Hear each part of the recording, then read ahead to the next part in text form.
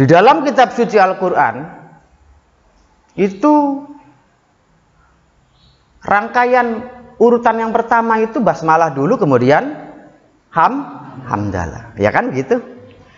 Rangkaian pertama itu basmalah dulu, kemudian hamdalah. Kenapa? Bukan iqra dulu. Kan pertanyaannya begitu. Kenapa bukan iqra dulu?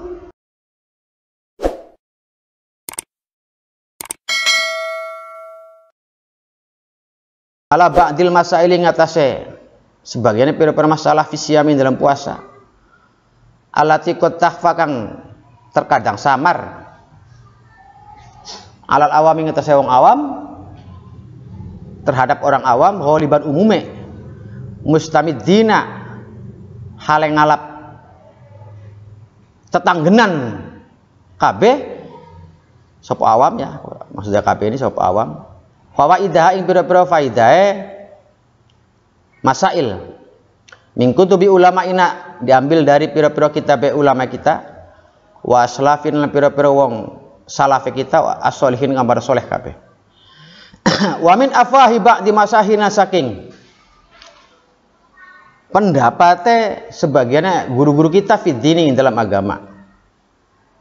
Afwah itu mulut, maksudnya ya pendapat, ungkapan. Fiddin dalam agama. Waqad harusna teman-teman jaga sapa kita fihi ing dalam apa namanya tadi?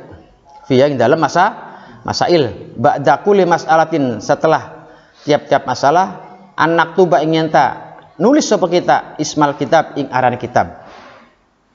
Alladzina qalu tukang nukil sapa isun minus ing kitab. Maksudnya dalam di kitab ini, dalam setiap ungkapan nanti akan disebutkan diambil dari kitab mana. Nah, kitab apa gitu. Harapannya bagaimana? Harapannya ya itu tadi itu. Harapannya itu alladzina qalu likayyas hula, supaya mudah al-marji'u balik ilaiha maring masail, supaya gampang ketika mau dicek ulang. Amal ladzina pun kitab laisa kang ora ana apa latiku maktuban tertulis via ing dalam masail famasdaruha maka utawi sumbere masail iku min taqrirati masyahina saking pira-pira keterangane guru kita fiddini ing dalam agama sailina hale nyuwun sapa kita kabeh al maula ing Allah ayat taqabbala ing enten rima sapa ing hadil risalah minas ing kita wa ij'alaha lan dadakan sapa Allah ing hadir risalah khalisatan hale kang murni liwajil karim karena ridhone Allah kang maha mulia nafian hale kang manfaati lisairil muslimin maring sekarang pira-pira muslim. Jadi pertama kita awali kitab ini dengan seperti biasa setiap karya yang diciptakan oleh ulama pasti itu diawali dengan basmalah. Karena ada hadis. Pertama alasannya kenapa basmalah dulu? Karena satu ada hadis yang mengatakan kullu amrin dibalin la yubda'u bi basmalah wa huwa aqta. Setiap sebuah aktivitas yang baik atau karya, kalau berupa karya-karya yang baik, kalau tidak diawali dengan basmalah maka keberkahannya akan berkurang, hilang keberkahannya, itu kan? Aktok itu maksudnya putus itu maksudnya apa? Hilangnya keberkahan. Hamdalah juga sama. Kullu amrin dibalin la yubda'u bihamdalah wa huwa aqta, sama. Satu itu alasannya itu. Karena berdasarkan ungkapan dari hadis Nabi yang mengatakan kullu amrin dibalin gitu. Setiap amal yang baik kalau tidak diawali dengan basmalah atau hamdalah maka keberkahannya akan berkurang, hilang keberkahannya. Sudah. Yang satu alasannya itu hadis. Yang kedua, karena mengikuti apa yang termaktub di dalam kitab suci. Ya tidak. Kamu lihat saja di kitab suci. Di kitab suci Urutan pertama itu apa? Al-Quran itu urutan pertama apa? Basmalah. Kedua, hamdalah, alhamdulillahirabbil alamin arrahmanirrahim, Fatihah itu. Karena dasar itulah maka kemudian setiap ulama membuat karya mesti diawali dengan basmalah dan hamdalah. Karena alasan itu. Ya tidak. Nah, timbul kemudian sebuah pertanyaan.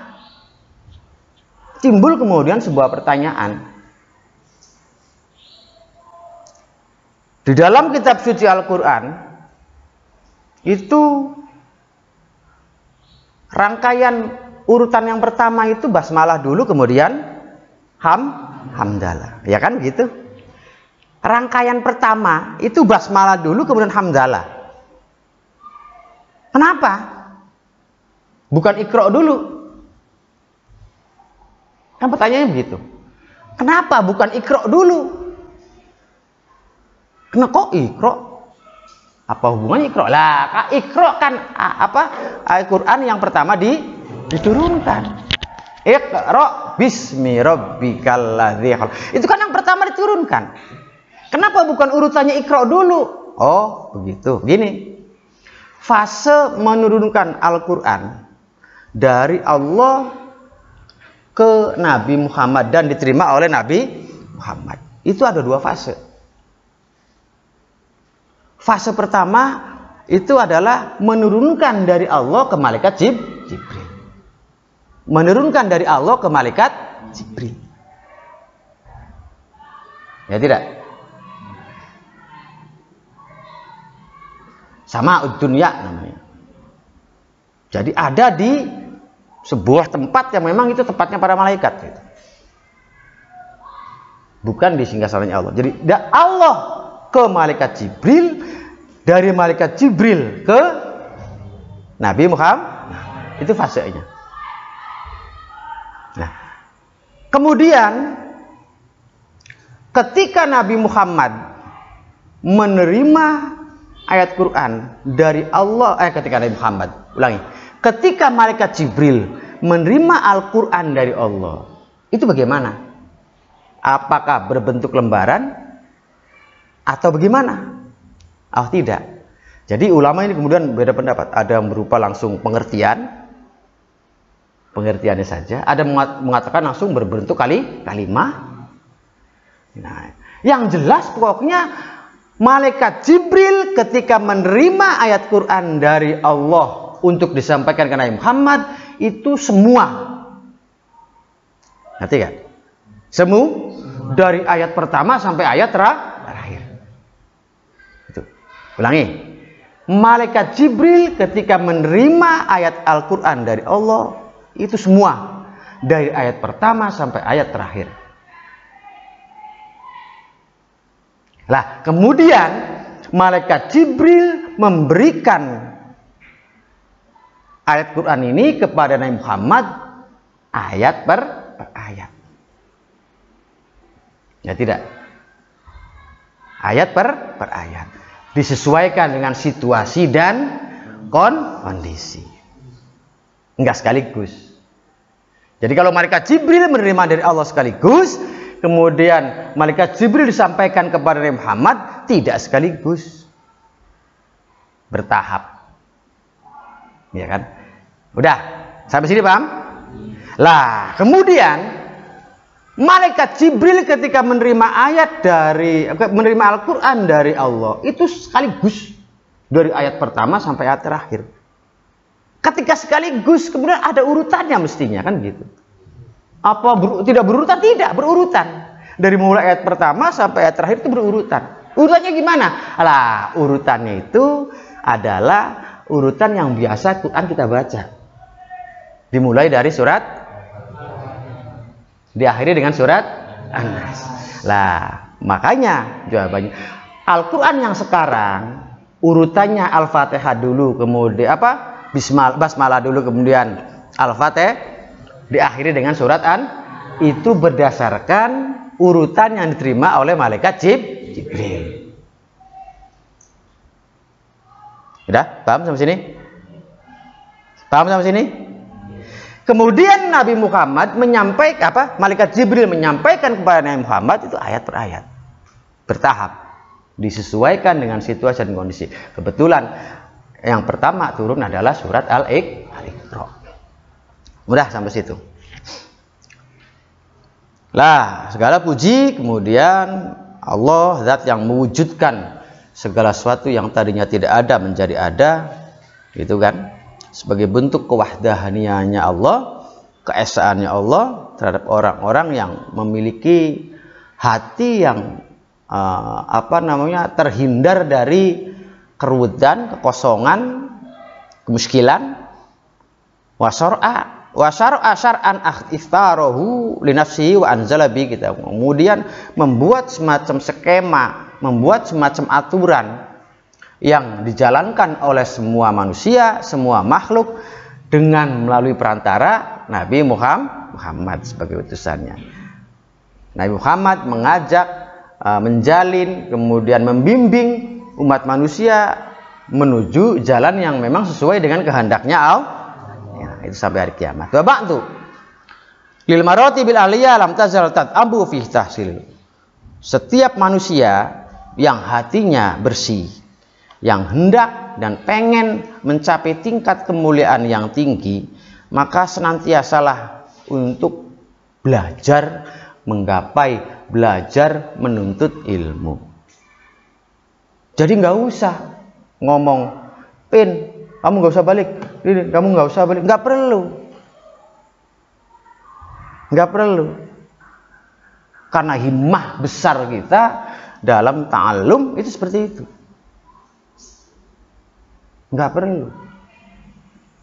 perlu karena kuatnya himmah.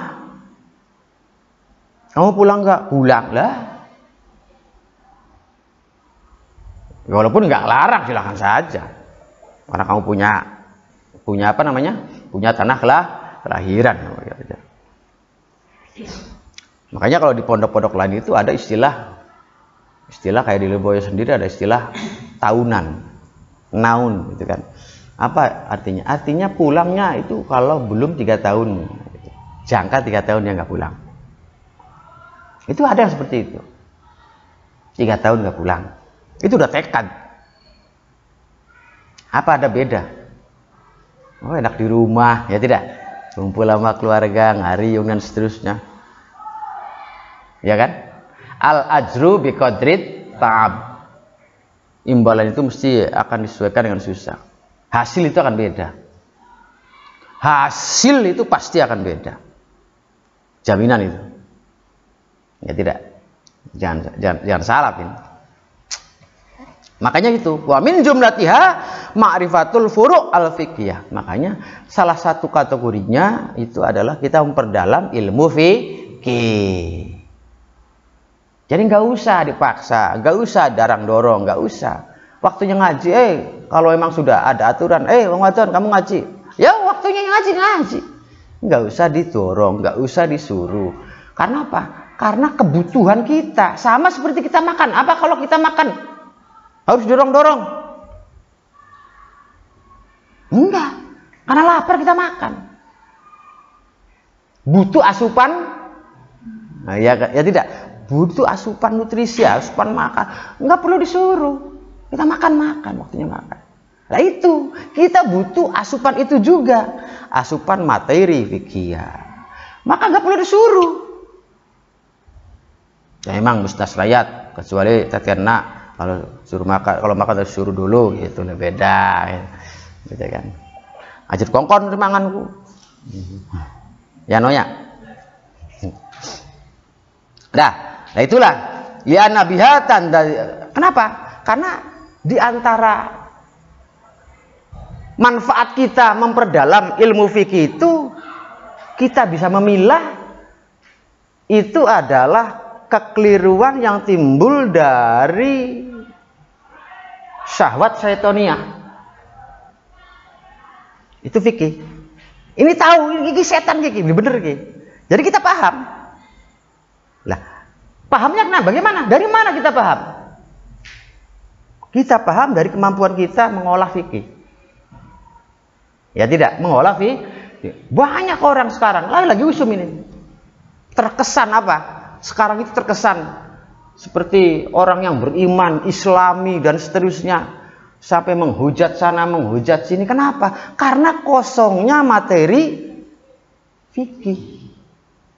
Nah, inilah makanya tandafi'u al-wasawis asyaitoniyah gitu.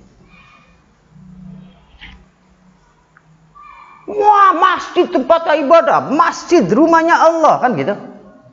Masjid rumahnya Allah, masa harus dikosongkan? Siapa yang bilang salah? Itu benar. Tapi kan ada yang lebih benar. Ya tidak. Itu tempat ibadah, betul. Tapi ada yang lebih betul. Menjaga kehormatan nyawa, menjaga keutuhan nyawa, menjaga keberlangsungan nyawa, itu lebih di atas segalanya. Itu adalah wajib. Syariat juga sama. Siapa yang bilang makan bangkai boleh? Enggak ada. Syariat mengatakan hukum sepakat makan bangkai itu haram, kan gitu. Tapi kalau resikonya nyawa yang terancam, ya kan gitu. Makan bangkai jadi boleh. Jangankan bangkai binatang, bangkai manusia boleh. Kalau resikonya nyawa. Kan nyawa ini udah urusan. Kan gitu. Terkesan seperti muslimah sejati, terkesan seperti muslim sejati, ajakan terlihat seperti islami sekali, ternyata salah. Kenapa? Karena kosongnya kemampuan dalam urusan fikih. Watasihul ibadah wal muamalah armadiyah, sehingga hubungan sosial juga akan dilegalkan sesuai dengan aturan syariat. Jual beli ya sesuai, transaksi ya sesuai.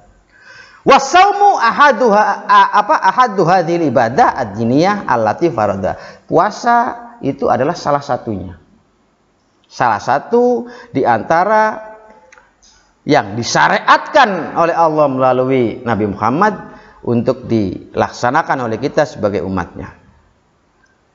Kan begitu? Salah satunya, ya ayyuhalladzina, bismillahirrahmanirrahim, ya ayyuhalladzina amanu kutiba alaikumus syiyam kama kutiba alal ladzi min qablikum. Kita lihat. Ya ayyuhalladzina amanu. Ya kan? Ada sini. Kutiba. Kutiba itu maknanya furidu, diwajibkan. Maknanya furidu, diwajibkan. Alaikum, ya kan? Alaikum. Allah kan maknanya di atas. Terhadapmu. Jadi puasa itu adalah salah satu kewajiban yang dibebani kepadamu. Paham makanya? Makanya Allah. Karena istilahnya beban. Udah? Paham? Di sini? Udah. Kama kutiba. Nih, kama ini. Itu kama tasbih ini namanya, menyerupakan, seperti, menyerupakan, tasbih namanya. Tasbih dalam hal apa? Dalam hal kewajiban. Kama kutiba, seperti halnya, nah, ya kan? Kutiba alal ladzi min qablikum. Lah, dari sini kemudian ada perbedaan pendapat ini. Dalam urusan ini ada beda pendapat.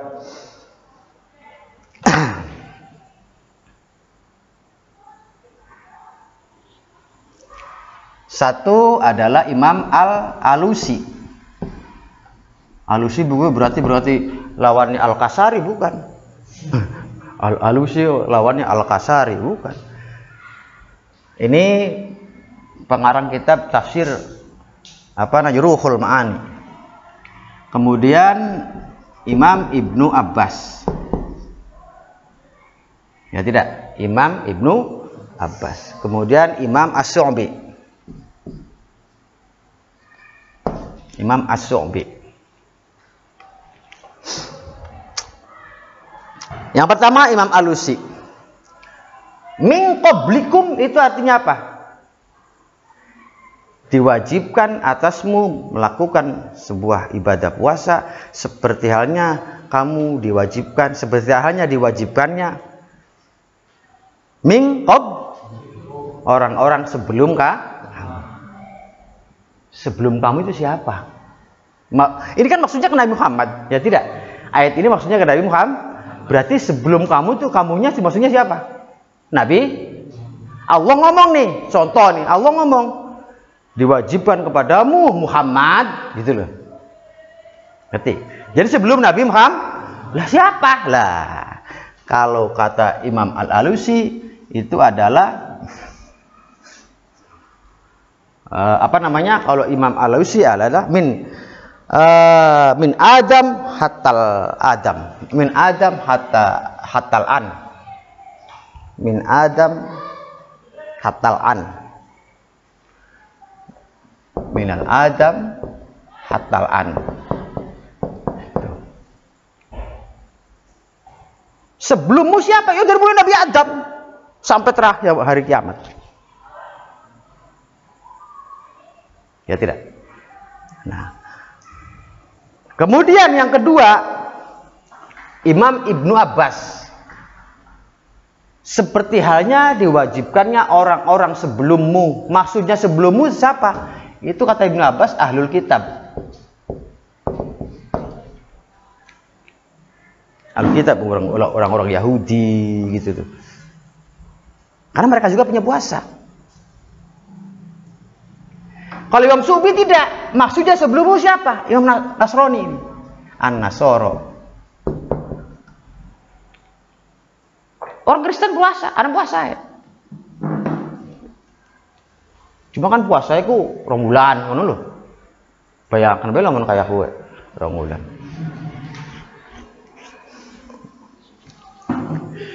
Jadi kamaku tiba itu apa tasbihnya dalam hal apa? Kewajiban. Walaupun caranya berbeda.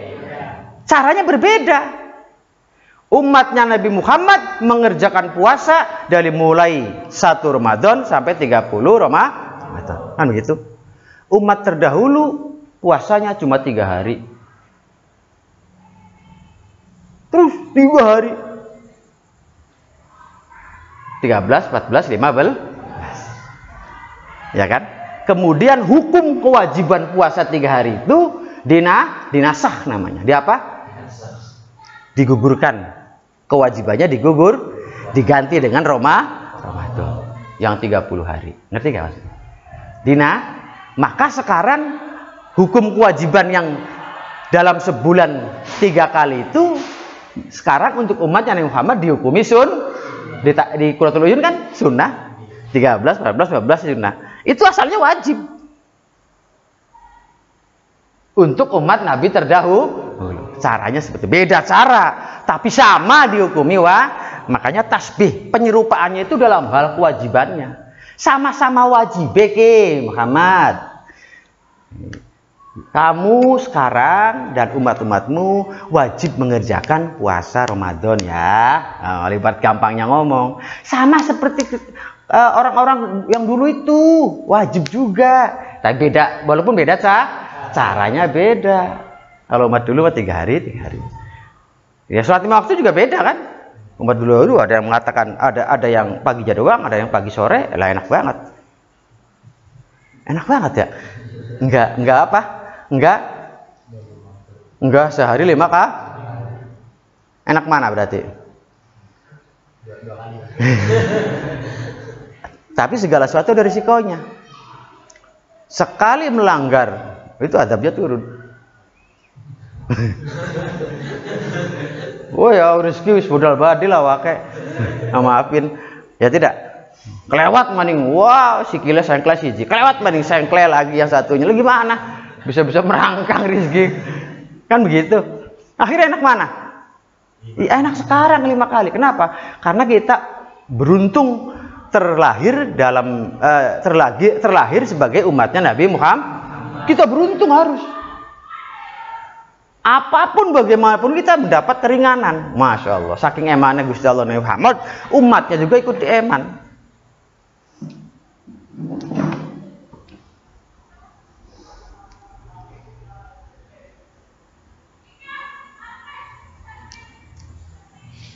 Udah, kemudian yang selanjutnya la'allakum tattaqun. Tuh, ini la'allakum. Ini ada kaitan. Ada kaitan dengan mana? Dengan ayat sebelumnya ini. Kaitannya dengan mana ini? Dengan ini, kutiba ini. Kaitannya. Ini ke sini. Tuh. Kutiba alaikumusiyam, kamu diwajibkan mengerjakan puasa. Kalau sudah kamu mengerjakan puasa, nanti jadi orang yang tuh.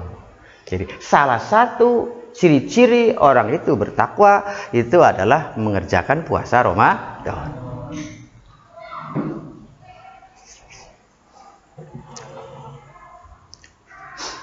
Kemudian wa biqaulihi alaihi salatu wasallam buniyal islamu ala khamsin.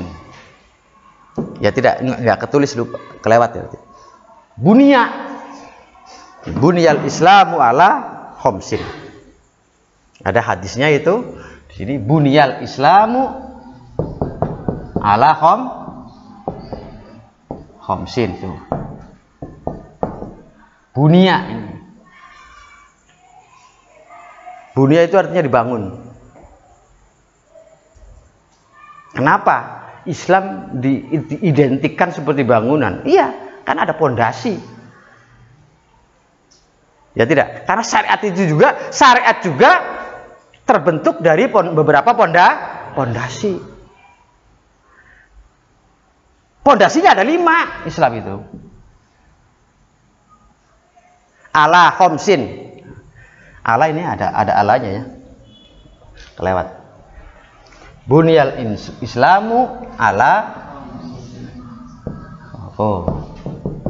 khamsin.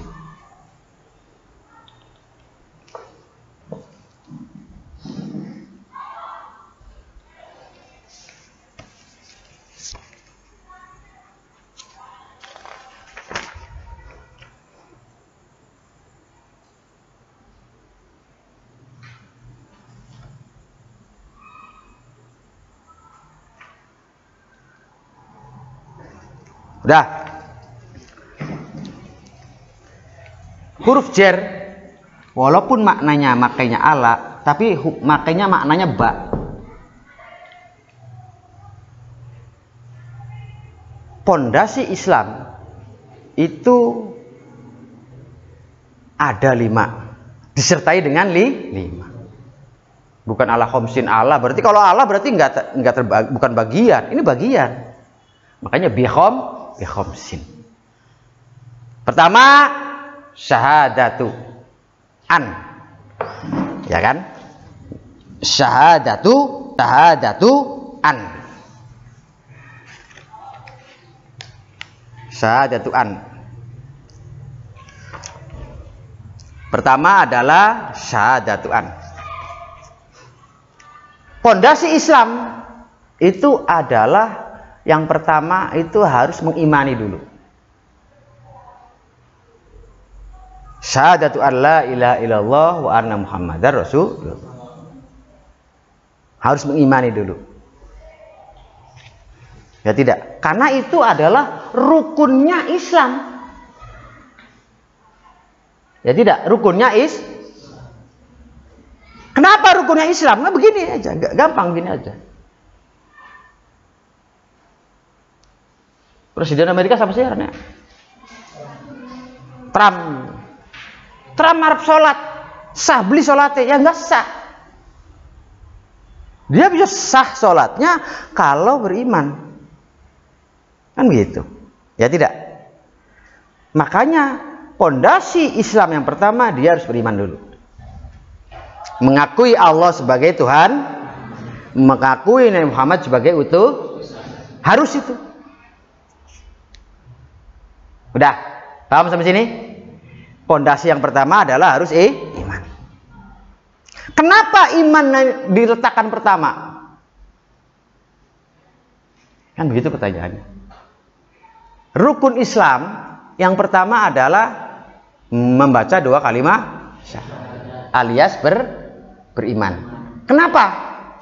Karena sahnya ibadah dalam rukun Islam itu kalau ada iman. Salat sah kalau iman, puasa sah kalau iman, zakat sah kalau iman, haji sah dan seterusnya. Paham? Makanya taruh pertama. Wa iqamus shalah. Sekarang sholat. Ya tidak? Wa iqamus shalah. Iqam asalnya adalah iqamatun. Kan? Asalnya begini. Ini dibuang karena diidhofahkan jadi iqamus shalah. Tuh. Asalnya iqamatus shalah. Udah paham sampai sini? Iqam dengan af'al itu sama maknanya. Af'alus shalah. Af'al fi'il itu samanya artinya aktivitas, gerakan, pekerjaan, sama. Wa iqamus shalah mengerjakan, wa af'alus shalah mengerjakan, sama. Wa aqimus shalah sama. Artinya mengerjakan, kerjakanlah sholat. Kenapa dalam ayat Quran makanya aqamus shalah, wa iqamus shalah? Nah, ingat nih. Antara ini, lafadz ini dengan lafadz ini beda. Maknanya sama, tapi tujuannya beda. Kalau yang af'alus shalah itu mengerjakan sholat walaupun bagaimanapun caranya, terserah, pokoknya mengerjakan sesuai dengan aturan atau tidak. Itu namanya af'alus. Kalau iqamus shalah itu artinya apa? Mengerjakan sholat sesuai dengan syarat, rukun, sunnahnya sholat. Syaratnya harus terpenuhi, rukunnya harus terpenuhi, sunnahnya harus terpenuhi. Itu iqamus shalah. Jadi kalau ada ayat Quran mengatakan wa aqimus shalah dan kerjakanlah maksudnya apa? Kerjakanlah. Artinya apa? Arti luasnya wa aqimus shalah. Quran itu ada. Ayat Quran ada wa aqimus shalah. Itu artinya apa? Kerjakanlah sholat. Artinya bagaimana? Arti luasnya, kerjakanlah sholat sesuai dengan rukunnya, syaratnya, rukunnya, sunnahnya sholat. Jadi tidak hanya jeglak-jeglitnya baik. Tumakninahnya dipakai, etikanya dipakai, kan begitu? Etikanya dipakai, masnunah atau sunnah-sunnahnya, termasuk etikanya. Ya tidak? Kalau aturan fikih yang namanya orang sholat itu kalau sah, kalau nutupin ya tidak. Laki-laki kalau sholat sendiri di kamar pakai kain aja, nggak pakai baju atau pakai celana pendek yang panjangnya segini, terus pusernya tutup, nggak sah sholatnya. Sah sholatnya, tapi dusun, songong, kan begitu? Ya tidak? Ya salah satunya itu. Sah sholatnya ya, tapi songong. Kenapa? Karena tidak iqamus shalah. Dia mengerjakan sholat, tapi etika pelaksanaan sholatnya tidak itu begitu. Dah paham? Makanya ayat Qurannya makanya wa aqimus shalah, bukan af'alus shalah, bukan if'alu as-shalah, gitu bukan. tapi aqimus shalah. Wa itauz zakah, dan memberikan zakat. Dan memberikan zakat.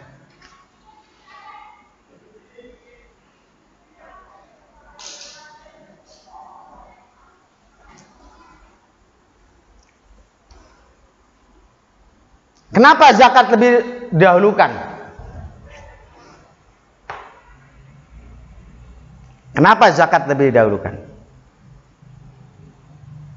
Nah, kan begitu. Dalam rukun sholat harus beraturan.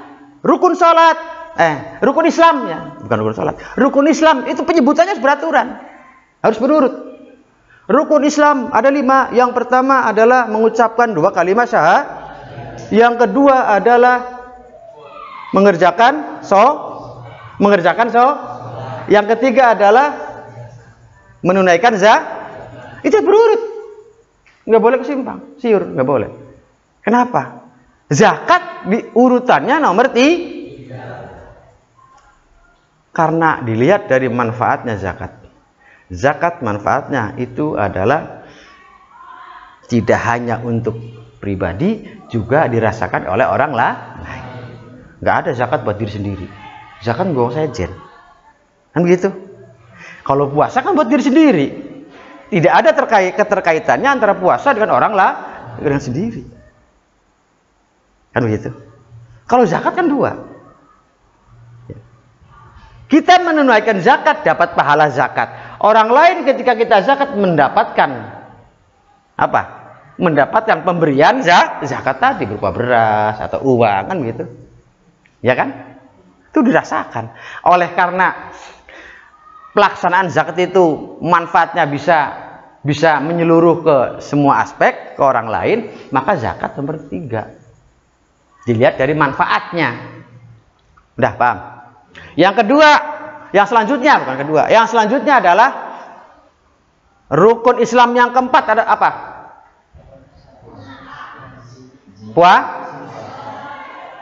Kalau di sini apa? Haji. Jadi memang ada beberapa hadis versinya. Jadi yang pertama adalah hadisnya itu beda-beda. Yang pertama adalah rukun Islam nih. Yang kedua adalah yang ketiga adalah yang keempat itu ada yang mengatakan puasa, ada mengatakan haji. Itu beda-beda. Ada yang mengatakan puasa, ada yang mengatakan.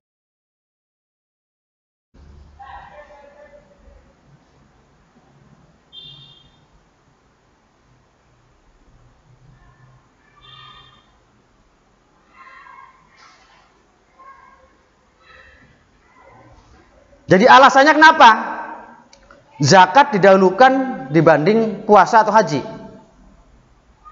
Tadi udah terangin tuh.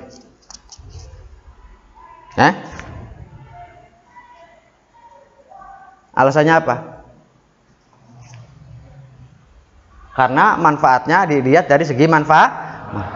Kemanfaatannya lebih luas zakat dibanding puasa atau haji. Kalau puasa haji itu manfaatnya untuk individu. Kalau zakat itu di samping untuk individu juga bisa dirasakan oleh orang lain. Yang kedua adalah puasa. Ada yang mengatakan zakat dulu. Tidak, tapi kebanyakan ulama mengatakan puasa dulu.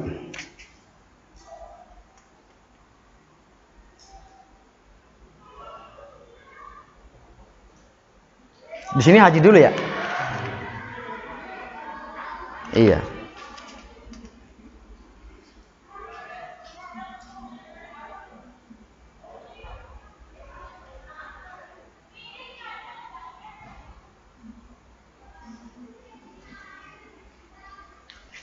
Jadi ada beberapa alasan. Ada ulama yang mengatakan rukun Islam yang nomor berapa? 4 itu haji dulu. Salah satunya ini. Kitab ini lebih condong urutannya yang keempat itu adalah haji. Kenapa? Dari sisi kemasyakkatannya itu lebih besar haji dibanding puasa. Ya tidak. Kalau haji kan butuh harta, butuh materi, butuh tenaga, ya enggak? Butuh pikiran dan seterusnya. Dari sinilah maka haji nomor 4. Ini ulama yang mengatakan apa? Yang mengatakan bahwa haji itu nomor 4. Apa alasannya? Kemasyakkatannya lebih bukan lebih berat, masyakatnya berat. Kemasyakkatannya lebih dibanding puasa. Sekarang ulama yang mengatakan nomor 4 itu puasa. Alasannya apa? Alasannya pertama, karena waktu diwajibkannya puasa itu lebih dulu dibanding haji. Ngerti maksudnya? Ketika pertama kali puasa diwajibkan oleh Allah kepada Muhammad, ya tidak, itu puasa dulu. Puasa, baru kemudian beberapa bulan haji diwajibkan. Ngerti belum? Ya, maksudnya itu. Jadi tahun, kalau nggak salah itu puasa tahun 2 Hijriah, nah, hajinya itu tahun 3. Jadi duluan puasa diwajib. Satu itu. Udah, paham sampai sini? Yang kedua alasannya, karena puasa itu tikrar pelaksanaannya. Setiap kalau haji kan seumur hidup cuma sekali wajibnya. Tuh. Udah, paham? Tiap tahun itu puasa. Kalau haji sah, kewajibannya seumur hidup sekali.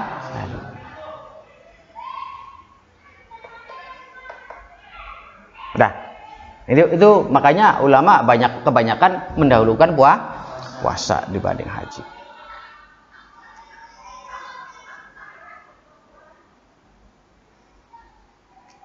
Udah.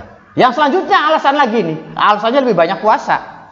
Alasannya lebih banyak puasa nomor 4. Yang selanjutnya alasan kenapa puasa diletakkan nomor 4 untuk ulama yang mengatakan puasa itu urutannya nomor 4. Alasannya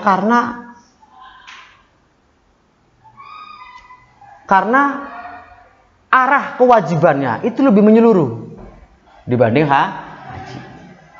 Haji itu hanya diwajibkan untuk mereka-mereka yang mampu. Kalau puasa diwajibkan untuk semua orang. Ya tidak, mau besar mau kecil, yang penting udah balik. Mau tua mau muda, yang penting tidak sakit, kan begitu. Kalau haji hanya orang yang mampu. Nah, kalau dihitung kewajiban puasa dan kewajiban haji, ya banyakkan haji. Yang ada di sini aja udah. Yang ada di sini aja sumpama. Kalian ini. Puasa wajib gawe. Kan gitu. Nah, perempuan kalau nggak haid, wajib semua. Tapi haji nggak wajib gawe. Tapi puasa wajib. Kan begitu. Ya tidak. Puasa mah tidak haji mah tidak karena urusannya haji itu adalah untuk mereka yang mampu aja. Itu satu itu. Udah. Kemudian udah wa tahu zakat dan seterusnya. Wa haji berarti rawahul Bukhari. Wa hadza risalah ini targuzuan ba'dil masail fi siyam, mengurai tentang permasalahan-permasalahan yang terkait dengan urusan puasa. Qad tahfa alal awam ghaliban, yang terkadang ada beberapa poin yang orang awam tuh nggak paham. Orang awam nggak ngerti. Dia nggak sah padahal. Nggak ngerti. Lah, sehingga perlu dijabarkan khusus bab puasa. Supaya dalam hal puasa ini ngerti. Banyak. Hukum mantaroka di sini kan ada ru'yatul hilal, niatus saum dan seterusnya kan ada. Launawa adzarus shalal qadha. Nah, walaupun enggak secara mendetail ini kan. Wah, di sini nanti ada dibahas perkara yang membatalkan puasa dan seterusnya. Ini poin-poin pentingnya. Oleh karenanya harus dipahami ada beberapa poin yang memang orang-orang awam nggak paham sehingga perlu dijabarkan. Nah, kemudian di sini juga ada beberapa poin yang memang kita ambil marjeknya atau pengambilannya dari kitab Bapak gitu kan.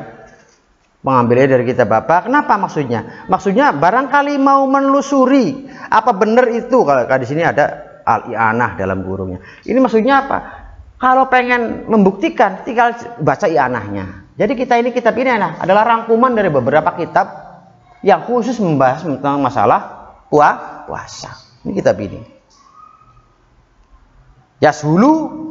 Likai yashula al-marji ilaiha. Amal ladzi laisa maktuban fiha famasdaruha min takdirati masyahir. Adapun apabila ada keterangan yang memang di situ tidak ada pengambilan dari kitab apa dan kitab apanya, itu memang berdasarkan keterangan dari guru kita, guru pengarang ini. Jadi beliau dengar dari gurunya ketika menerangkan, kemudian dia urai. Nggak ada marjeknya, makanya kan seperti ini nih. Ini kitab ini nih, nggak ada pengambilannya kan. Itu karena memang beliau dari guru-gurunya. Kayak semacam ini di bawah nih Fadlur Ramadan, ya kan, terus sampai akhir itu kan nggak ada pengambilannya. Hikmatus Shaum sebelumnya itu sampai wa akhiruhu itkun minan nar, kan nggak ada pengambilannya. Itu karena beliau ngambil dari ucapannya gurunya, sehingga nggak ada pengambilan kitab apa nggak ada. Jadi enak kitabnya simple, kitabnya tipis, lugas. Pengambilan dari beberapa kitab-kitab besar khusus tentang masalah puasa, sehingga penting supaya kalian mengerjakan puasa, benar-benar mengerjakan puasa, tidak asal-asalan puasa. Jangan sampai terjadi pelaksanaan puasanya yang didapat cuma hanya lapar dan haus, pahala nggak dapat. Naudzubillah, naudzubil. Itu saja mungkin. Allah alam bisawab. Al-Fatihah.